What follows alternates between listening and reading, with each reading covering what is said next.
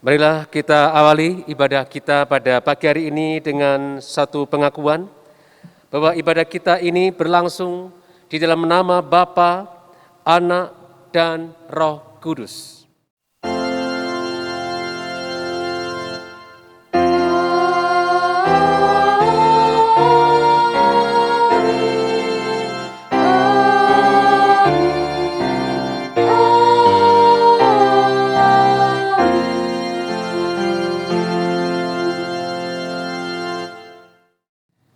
Kasih karunia dan damai sejahtera dari Allah Bapa dan Tuhan Yesus Kristus menyertai saudara sekalian.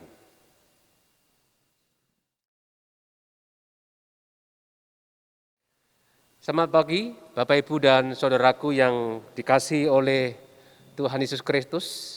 Kembali berjumpa di dalam ibadah pada pagi hari ini. Kita bersyukur untuk kesempatan yang kembali Tuhan berikan kepada kita, secara khusus kalau kita diberikan hati untuk beribadah, walaupun di rumah kita masing-masing. Itu adalah sebuah anugerah yang dari Tuhan. Saudaraku yang dikasihi oleh Yesus Kristus, hari ini kita akan merenungkan satu tema, yaitu hidup beriman yang benar. Kita akan diajak bagaimana supaya kita menjadi anak-anak Tuhan yang memiliki cara hidup beriman yang benar. Firman Tuhan dikatakan di dalam Matius 5 ayat yang ke-20 yang akan mendasari ibadah kita pada hari ini berkata demikian. Maka aku berkata kepadamu, jika hidup keagamaanmu tidak lebih benar daripada hidup keagamaan ahli-ahli Taurat dan orang-orang Farisi, sesungguhnya kamu tidak akan masuk ke dalam kerajaan sorga. Bagaimana sih hidup atau cara beragama orang-orang Farisi yang ditegur oleh Tuhan? Itulah yang akan salah satu menjadi referensi kita supaya kita tidak hidup seperti mereka. Marilah kita mengakui segala salah dan dosa-dosa kita secara pribadi di hadapan Tuhan. Mari kita berdoa. Tuhan, Engkau melihat dan menyelidiki isi hati kami, motivasi kami, pikiran kami ketika hari ini kami beribadah. Kau ampunilah kami, kalau masih ada, kalau Engkau melihat kami masih memiliki motivasi-motivasi yang salah, pemahaman-pemahaman yang salah, cara yang salah ketika kami hidup beriman kepada Tuhan. Ampunkanlah Tuhan dosa dan kesalahan kami. Di dalam nama-Mu Tuhan kami Yesus Kristus, kami mengakui dosa-dosa dan kesalahan kami. Amin.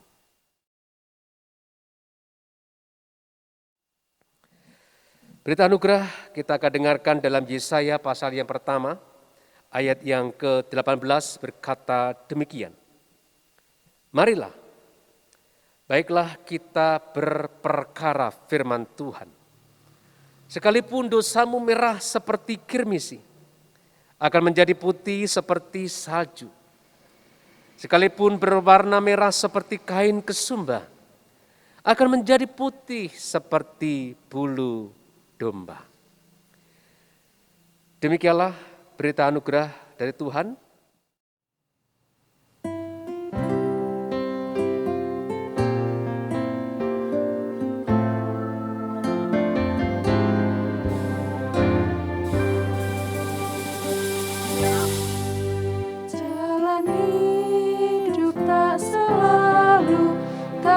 Kabut yang pekat, namun kasih Tuhan nyata pada waktu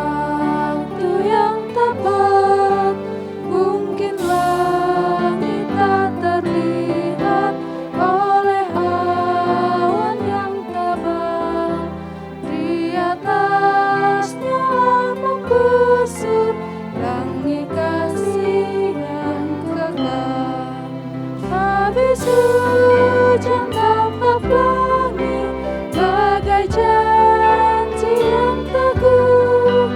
Di balik duka menanti pelangi kasih Tuhanmu.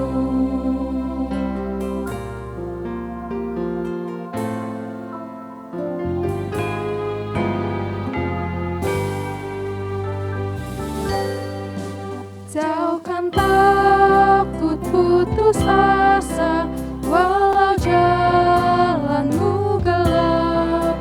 Berteguh kepercayaan dan langkahmu bertegap. Tuhan itu ada kasih, itulah penghiburmu. Di atas duka bercahaya, pelangi kasih Tuhanmu. Habis hujan tapak langit, bagai janji yang teguh. Di balik duka menanti pelangi kasih Tuhanmu.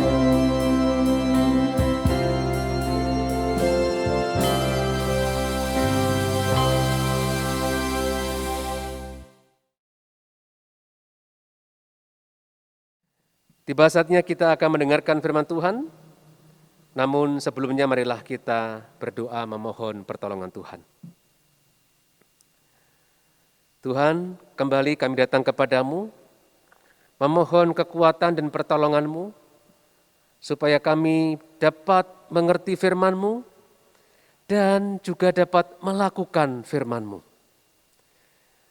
Tolonglah kami, agar kami tidak hanya pandai mendengar, pandai belajar firman-Mu, tetapi jadikanlah kami juga pelaku-pelaku firman-Mu. Agar kami menjadi anak-anak Tuhan yang bertumbuh karena ada keseimbangan antara mendengar dan melakukan firman-Mu. Hamba-Mu yang penuh dengan kelemahan, Tuhan urapi dengan kuasa Roh Kudus, agar dengan bahasa yang mudah dimengerti dapat menyampaikan isi hati Tuhan. Berbicaralah ya Tuhan, kami siap mendengar dan melakukan firman-Mu. Di dalam nama Yesus kami berdoa. Amin. Mari kita buka firman Tuhan dalam surat Yakobus pasal pertama, ayat 19 sampai ayat yang ke-27. Demikian firman Tuhan. Hai saudara-saudara yang kukasihi, ingatlah hal ini. Setiap orang hendaklah cepat untuk mendengar, tetapi lambat untuk berkata-kata dan juga lambat untuk marah. Sebab amarah manusia tidak mengerjakan kebenaran di hadapan Allah. Sebab itu buanglah segala sesuatu yang kotor dan kejahatan yang begitu banyak itu. Dan terimalah dengan lemah lembut firman yang tertanam di dalam hatimu, yang berkuasa menyelamatkan jiwamu. Tetapi hendaklah kamu menjadi pelaku firman dan bukan hanya pendengar saja. Sebab jika tidak demikian, kamu menipu diri sendiri. Sebab jika seorang hanya mendengar firman saja dan tidak melakukannya, ia adalah seumpama seorang yang sedang mengamati mukanya yang sebenarnya di depan cermin. Baru saja ia memandang dirinya, ia sudah pergi, atau ia segera lupa bagaimana rupanya. Tetapi barang siapa meneliti hukum yang sempurna, yaitu hukum yang memerdekakan orang, dan ia bertekun di dalamnya, jadi bukan hanya mendengar untuk melupakannya, tetapi sungguh-sungguh melakukannya, ia akan berbahagia oleh perbuatannya. Jikalau ada seorang menganggap dirinya beribadah tetapi tidak mengekang lidahnya, ia menipu dirinya sendiri, maka sia-sialah ibadahnya. Ibadah yang murni dan yang tak bercacat di hadapan Allah Bapa kita ialah mengunjungi yatim piatu dan janda-janda dalam kesusahan mereka dan menjaga supaya dirinya sendiri tidak dicemarkan oleh dunia. Demikianlah firman Tuhan, berbagilah saudara yang tidak hanya mendengarkan firman Tuhan, tetapi yang juga melakukannya dalam hidup saudara sehari-hari. Haleluya.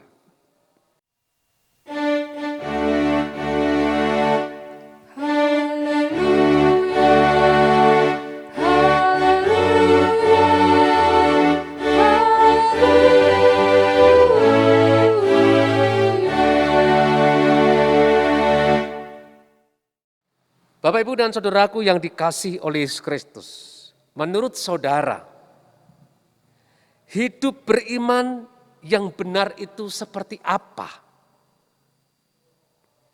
Atau dengan istilah lain, hidup beragama yang saleh itu seperti apa, saudara? Jawaban kita terhadap pertanyaan ini, saudaraku, itu menunjukkan pemahaman kita atau pengertian kita tentang apa itu hidup beriman yang benar. Atau apa itu hidup beragama yang saleh. Saudaraku yang dikasihi oleh Yesus Kristus, menurut saya saudara, pada dasarnya itu pemahaman seseorang tentang hidup beriman yang benar atau hidup beragama yang saleh itu dapat dibagi menjadi dua bagian besar, saudaraku. Yang pertama adalah hidup beriman secara individu. Yaitu hidup beriman secara individu itu adalah hidup beriman yang menekankan kesalehan individu, kesalehan pribadi, atau kesalehan ritual. Disebut kesalahan ritual, saudaraku, karena orang yang kategori hidup beriman secara individu ini itu lebih menekankan dan mementingkan pelaksanaan ibadah secara ritual, saudaraku. Singkatnya, orang yang hidup beriman kategori ini, saudaraku, atau jenis seperti ini, itu memiliki pemahaman bahwa hidup beriman itu hanya semata-mata berhubungan dengan Tuhan dan untuk kepentingan diri sendiri, saudara. Contohnya, dalam konteks pandemi ini, saudaraku, orang yang menurut saya kategori hidup beriman secara individual ini, saudaraku, atau lebih mementingkan kepentingan diri sendiri itu, mereka biasanya berkata demikian, saudara. Kita tidak takut corona. Kita lebih takut kepada Tuhan. Makanya orang yang masuk jenis hidup beriman secara individu ini, saudaraku, mereka akan ngotot untuk beribadah secara tatap muka atau secara onset. Walaupun pemerintah itu menyarankan jangan tatap muka, nanti ada klaster yang baru dan lain sebagainya. Tetapi mereka mengatakan kita lebih takut kepada Tuhan daripada corona. Ya, corona kalah dengan Tuhan. Mereka tidak sadar bahwa dengan sikapnya seperti itu bisa mengakibatkan atau membahagiakan hidup orang lain, saudara. Dan dalam kehidupan kita banyak sekali contoh-contoh, saudaraku. Orang yang mengatakan kita lebih takut kepada Tuhan daripada takut kepada corona, saudaraku. Mereka akhirnya satu demi satu, bahkan semakin banyak, mereka pun terpapar corona. Dan tidak sedikit di antara mereka yang meninggal dunia juga, saudaraku. Jadi artinya apa, saudaraku? Hidup agama seperti ini, yang individual ini, yang menekankan ritualitas keagamaan semata, ternyata tidak dapat menyelesaikan persoalan hidup ini. Ternyata orang-orang yang mengatakan kita lebih takut kepada Tuhan daripada corona, orang yang takut pada Tuhan tidak terkena corona, ternyata itu tidak bisa membuktikan bahwa orang yang takut pada Tuhan, lebih takut pada Tuhan, mereka bebas dari virus corona. Ternyata faktanya tidak seperti itu. Jadi hidup keagamaan seperti ini yang individual ternyata tidak bisa membawa solusi, saudaraku. Di tengah kesulitan kehidupan ini secara khusus pada saat ini. Yang kedua, saudaraku,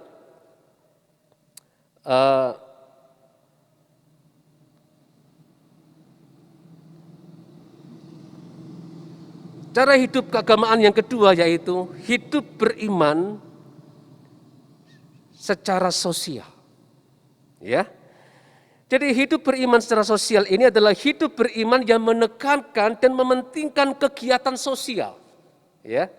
Dan mengabaikan ritual keagamaan. Jadi kebalikan dari cara hidup beriman secara individu tadi, saudaraku. Kalau secara individu tadi lebih menekankan hubungan dengan Tuhan, ya, misalnya mereka giat beribadah, membaca firman, suka berdoa dan lain sebagainya, tetapi mereka tidak punya kepekaan sosial, ya, tidak punya relasi yang baik dengan kondisi orang-orang sekitarnya atau masyarakat di sekitarnya itu. Kalau orang yang tipe yang kedua ini, saudaraku, hidup beriman secara sosial, saudaraku, ya. Itu sebaliknya, saudaraku. Mereka mengabaikan kegiatan ritual keagamaan, ya, tapi mereka lebih menekankan kegiatan aksi sosial. Biasanya orang yang termasuk kategori ini, saudaraku, mereka akan berkata, ke gereja itu tidak penting, ikut ibadah itu tidak penting, baca firman itu tidak penting, doa itu tidak penting. Pokoknya yang berbau ritual keagamaan, mereka menganggap tidak penting, saudaraku. Jadi ini ekstrim yang kedua ini, terlalu menekankan aksi sosial, tapi mengabaikan ritual keagamaan, saudaraku. Bahkan orang yang termasuk kategori ini, saudaraku, mereka biasanya berkata demikian, buat apa ke gereja, buat apa berdoa, buat apa membaca firman, kalau ternyata tidak pernah berbuat baik kepada orang lain. Tidak pernah menolong orang lain, saudaraku. Memang betul sih, saudaraku, ya. Tetapi itu tidak lengkap, saudaraku. Ya. Nah, di antara kedua tipe atau kelompok orang beragama tadi, saudaraku, menurut saudara mana yang benar, saudaraku? Yang pertama, hidup beriman secara individual atau secara pribadi, secara ritual semata. Atau yang kedua, hidup beriman yang menekankan sosial atau aksi sosial. Marilah kita mencari jawabannya oleh firman Tuhan yang kita renungkan pada hari ini, saudaraku. Bapak, Ibu, dan saudaraku yang dikasihi oleh Yesus Kristus, kitab Yakobus itu ditulis oleh penulis yaitu Rasul Yakobus yang ditujukan kepada orang Kristen atau orang yang sudah percaya kepada Tuhan atau orang-orang yang sudah pernah mendengar firman Tuhan. Makanya kalau kita perhatikan dalam bacaan tadi, saudaraku, beberapa kali disebutkan kata firman, saudaraku. Misalnya ayat 22, ayat 23, ya. Tetapi hendaklah kamu menjadi pelaku firman. Ya, ayat 23. Sebab jika seorang hanya mendengar firman saja dan seterusnya, saudaraku. Jadi kata firman itu yang diulang-ulang itu mengindikasikan, menunjukkan bahwa penerima surat Yakobus ini adalah orang-orang yang mengerti firman. Orang-orang yang sudah pernah mendengar firman, saudaraku. Bagaimana mereka itu pernah mendengar firman? Ya. Yaitu mereka mendengar firman melalui ibadah yang mereka lakukan di rumah ibadah atau di tempat-tempat ibadah atau di persekutuan mereka, saudaraku.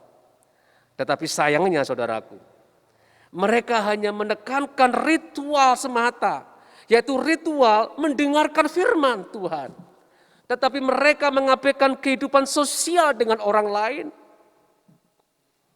Apa buktinya kalau mereka mengabaikan kehidupan sosial atau relasi dengan orang lain, saudaraku? Mereka suka marah terhadap sesamanya.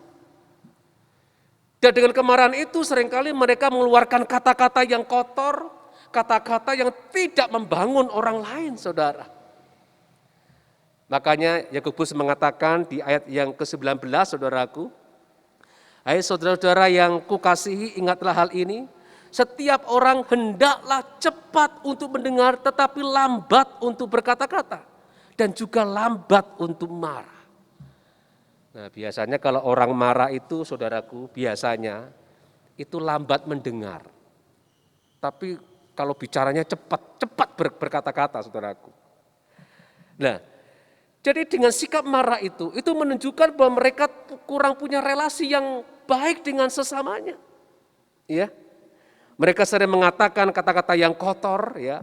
Ayat yang ke-21 dikatakan, sebab itu buanglah segala sesuatu yang kotor dan kejahatan yang begitu banyak itu. Ya. Padahal, saudaraku, mereka suka mendengarkan firman Tuhan. Di ayat yang ke-26 juga kembali tegaskan, ya. Jikalau ada seorang menganggap dirinya beribadah, mendengar firman, saudaraku, tetapi tidak mengekang lidahnya, ia menipu dirinya sendiri, maka sia-sialah ibadahnya. Jadi ayat-ayat itu menunjukkan bahwa mereka itu memang suka mendengar firman, sering mendengar firman Tuhan, tetapi mereka tidak punya relasi yang baik dengan orang lain. Sosial mereka kurang benar, kurang baik. Sehingga mereka suka memarahi orang lain, kata-katanya itu kata-kata yang tidak membangun orang lain, saudaraku. Ya. Yang kedua, saudaraku, bukti bahwa penerima atau jemaat yang menerima surat Yakobus ini, mereka itu hanya menekankan ritual keagamaan, hidup beriman yang individual, saudaraku. Itu ayat yang ke-27, saudara. Ibadah yang murni dan yang tak bercacat di hadapan Allah Bapa kita ialah mengunjungi yatim piatu dan janda-janda dan seterusnya. Itu menunjukkan bahwa mereka tidak punya kepedulian terhadap orang lain yang lemah itu, saudara. Padahal mereka suka mendengar firman Tuhan, tapi pada waktu bersamaan mereka tidak punya kepekaan sosial terhadap sesamanya. Ketika ada orang-orang yang susah, anak yatim piatu, janda-janda yang kesusahan, yang miskin, mereka masa bodoh, saudara.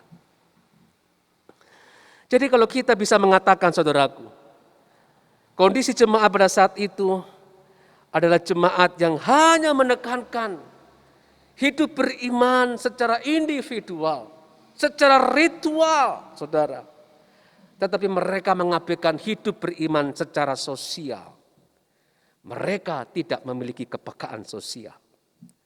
Mereka rajin mendengarkan firman Tuhan, tetapi kepekaan sosialnya itu nol besar. Tidak ada aksi sosial sama sekali. Tidak ada tindakan konkret untuk melakukan firman Tuhan itu, saudaraku. Dan hidup agama yang seperti itu jugalah, saudaraku, yang dimiliki oleh orang-orang Farisi dan ahli-ahli Taurat, ya, yang tadi dalam bacaan nas pendahuluan tadi saya bacakan, saudaraku, ya. Karena itulah Yesus menegur, mengingatkan kepada kita agar hidup keagamaan kita itu harus lebih baik daripada hidup keagamaan orang-orang Farisi dan ahli-ahli Taurat. Karena kehidupan keagamaan mereka itu, saudaraku, mereka hanya pandai hafal firman Tuhan. Mereka begitu sangat teliti menjaga ritual-ritual keagamaan. Tapi relasi sosial mereka dengan sesamanya, saudaraku, tidak baik sama sekali. Bahkan mereka suka menindas orang-orang yang lemah, orang-orang yang miskin. Orang-orang yang dianggap berdosa mereka singkirkan, saudaraku. Mereka buang, mereka tidak anggap itu. Padahal mereka mengklaim dirinya sebagai orang-orang yang begitu giat menjaga hukum Taurat, saudara.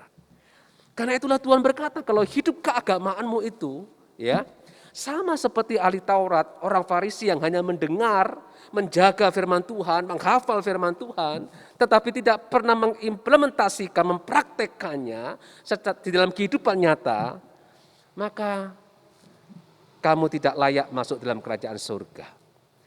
Maka hidup yang beriman seperti itu sama dengan itu tidak ada artinya.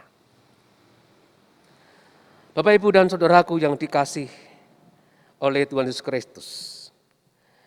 Di dalam kehidupan kita di masa pandemi ini, saudaraku, kita seringkali mendengarkan kata-kata seperti ini.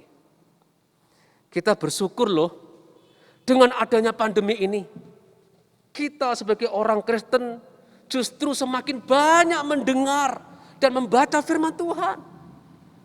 Setiap hari kita dapat kiriman kata-kata firman Tuhan. Entah itu renungan singkat, renungan panjang, ya, renungan panjang sekali atau renungan singkat sekali, ya, video-video firman Tuhan, kita banyak sekali dibanjiri oleh firman Tuhan, saudaraku. Menurut saya itu sangat baik sekali, saudaraku. Tapi pertanyaannya, saudaraku, apakah setelah kita banyak mendengar dan membaca firman Tuhan itu juga disertai kita banyak juga melakukan apa yang diajarkan oleh firman Tuhan itu. Dalam tindakan sosial yang nyata, saudara. Misalnya, saudaraku, sederhananya kita mungkin hampir sering setiap pagi, ya, mungkin kita menerima atau me-forward, me-sharekan ulang ke orang lain dengan kata-kata seperti ini. Selamat pagi, mari kita awali hari ini dengan hati yang bersyukur. Pertanyaannya, benarkah? Pada waktu kita men-sharekan firman Tuhan itu, hati kita sedang dilimpahi dengan rasa syukur? Atau firman Tuhan itu hanya sekedar kita sharekan saja, supaya kita kelihatan rohani begitu, saudaraku. Tapi pada waktu bersamaan, hati kita penuh dengan keluh kesah, penuh dengan gerutu dan lain sebagainya.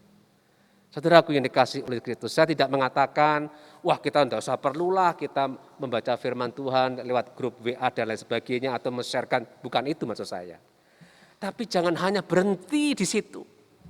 Mari kita belajar untuk melakukan juga setiap firman yang kita sharingkan kepada orang lain, saudaraku. Jadi saudaraku yang dikasihi oleh Kristus, firman Tuhan hari ini mengingatkan kepada saudara dan saya, supaya kita ini tidak hanya menjadi orang Kristen yang hanya menekankan dan mementingkan kesalahan individu semata, tetapi juga jangan menjadi orang Kristen yang hanya menekankan cara hidup beriman secara sosial. Ya, kedua-keduanya harus equal, artinya harus beriringan, harus seimbang. Harus kita lakukan bersama-sama, saudaraku. Jangan kita berpikir, wah ke gereja tidak perlu, baca firman tidak perlu, berdoa tidak perlu, persekutuan tidak perlu, yang penting aku berbuat baik. Oh salah, saudaraku, itu juga salah. Harus kedua-duanya berjalan bersamaan. Kita tekun mengadakan ritual keagamaan, tetapi kita juga harus mengimplementasikan ritual keagamaan itu dengan aksi sosial, kehidupan yang nyata dengan orang lain. Mengapa kita perlu seimbang, saudaraku? Di dalam kita melakukan hidup beriman yang benar itu, saudaraku. Karena itulah yang diajarkan oleh Tuhan kita Yesus Kristus, saudara. Kalau kita melihat kehidupan Tuhan Yesus ketika dia berada di dunia, Tuhan Yesus tidak hanya mengajarkan firman Tuhan di rumah Tuhan atau di tempat-tempat lain, saudaraku. Tetapi Yesus juga mengajarkan bagaimana melakukan firman Tuhan itu, saudara. Dengan cara dia memiliki kepedulian sosial terhadap orang-orang sekitarnya. Dia menyembuhkan orang yang sakit. Dia merangkul orang-orang yang disingkirkan. Seperti orang Samaria, seperti perempuan yang berdosa, seperti Sakius pemungut cukai, saudaraku, dan orang-orang yang lemah yang lainnya. Yesus banyak mengadakan aktivitas sosial. Dia tidak hanya fokus di bait Allah mengajar, menghafal firman Tuhan, melakukan kebenaran firman Tuhan, tidak, saudaraku. Tetapi dalam kehidupan yang nyata dia mengajarkan kepada pendengar-pendengar ajarannya itu. Agar tidak hanya mereka menerima firman-Nya, tetapi juga mempraktekkan apa yang diajarkan oleh Tuhan Yesus.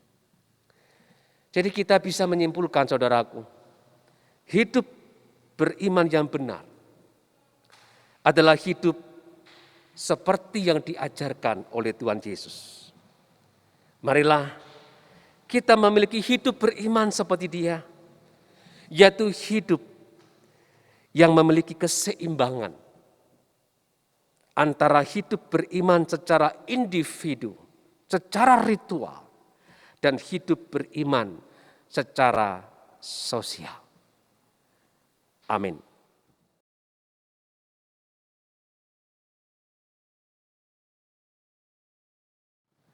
Firman Tuhan hari ini kembali mengingatkan kepada kami agar kami memiliki hidup beriman seperti Tuhan Yesus yang tidak hanya menekankan kesalehan ritual, individual, tetapi juga hidup beragama yang tidak mengabaikan dimensi sosial.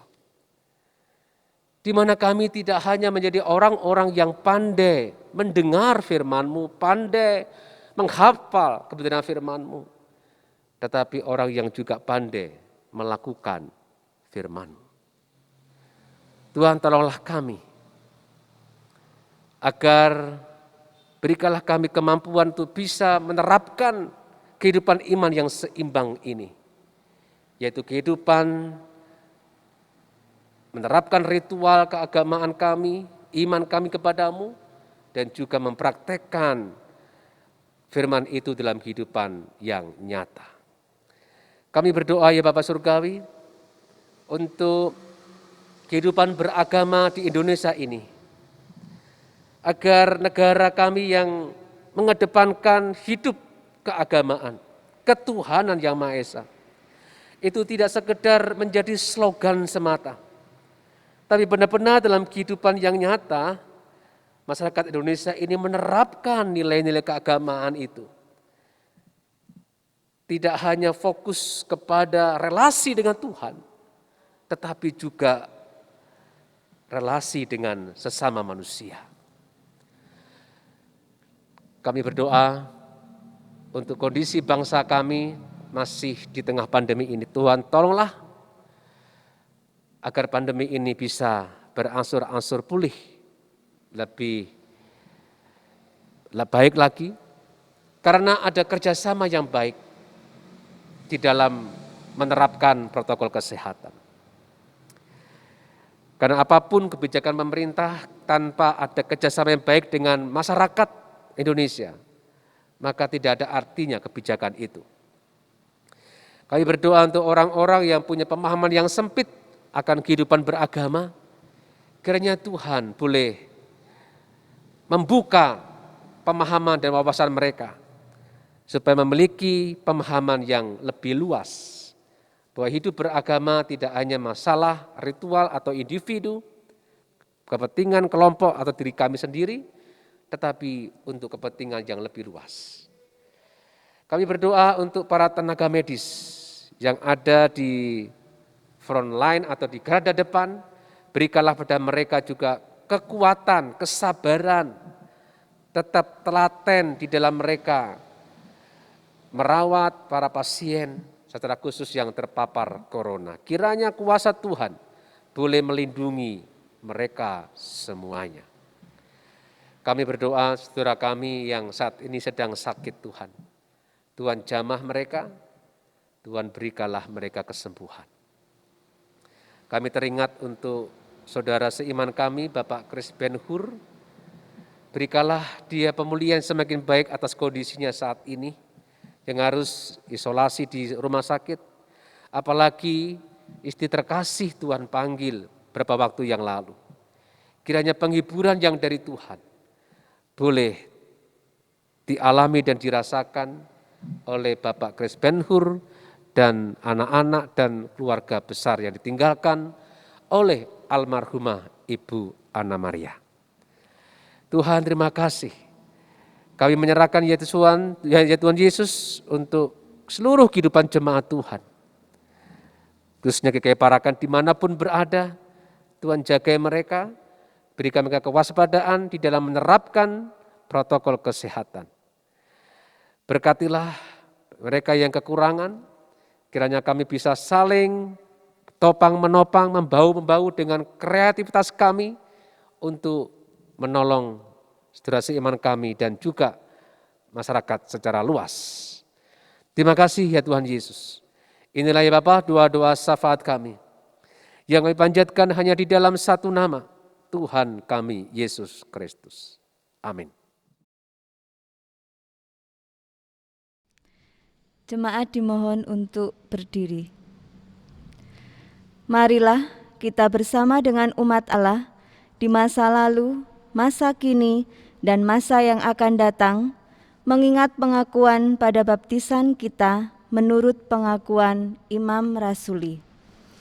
Aku percaya kepada Allah, Bapa yang Maha Kuasa, Khalik langit dan bumi, dan kepada Yesus Kristus, anaknya yang tunggal Tuhan kita, yang dikandung dari Roh Kudus, lahir dari anak darah Maria, dan menderita sengsara di bawah pemerintahan Pontius Pilatus, disalibkan, mati, dan dikuburkan, turun ke dalam kerajaan maut. Pada hari ketiga, bangkit pula dari antara orang mati, naik ke surga, duduk di sebelah kanan Allah, Bapa yang Maha Kuasa. Dan dari sana ia akan datang untuk menghakimi orang yang hidup dan yang mati. Aku percaya kepada Roh Kudus, gereja yang kudus dan am, persekutuan orang kudus, pengampunan dosa, kebangkitan orang mati, dan hidup yang kekal. Amin.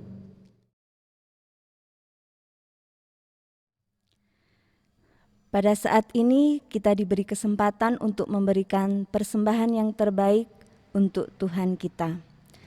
Ayat nas yang mendasari di dalam kita mempersembahkan terambil dari 1 Tawarikh 29 ayatnya yang ke-14.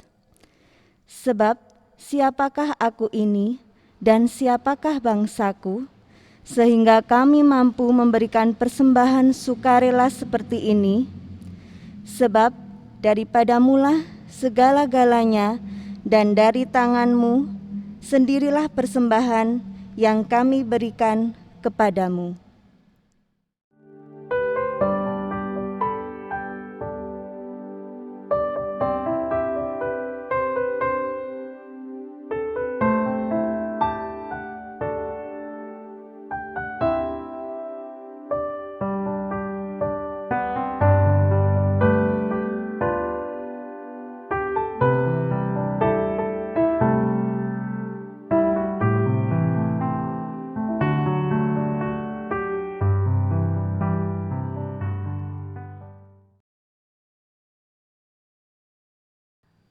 Mari kita akan berdoa. Segala puji syukur hanya kepadamu Tuhan. Terima kasih untuk setiap berkat yang boleh kami terima di dalam kehidupan kami.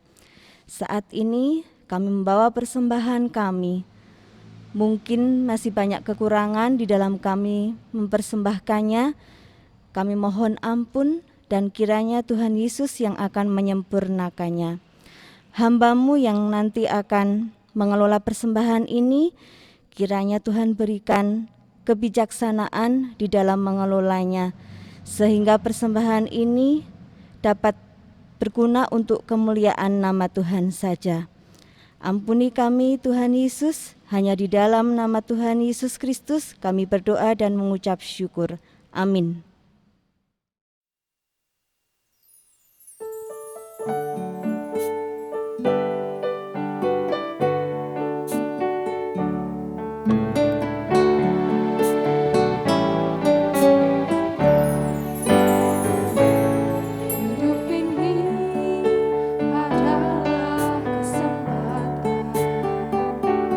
Hidup ini untuk melayani Tuhan.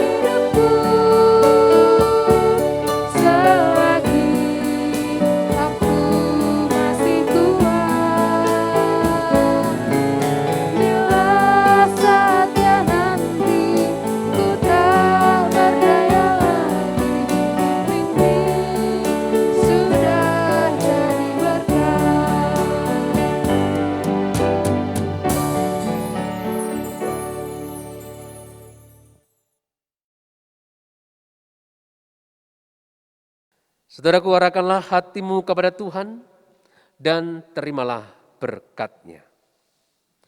Tuhan memberkati dan melindungi engkau. Tuhan menyinari engkau dengan wajah-Nya dan memberikan engkau kasih karunia. Tuhan menghadapkan wajah-Nya kepadamu dan memberikan engkau damai sejahtera.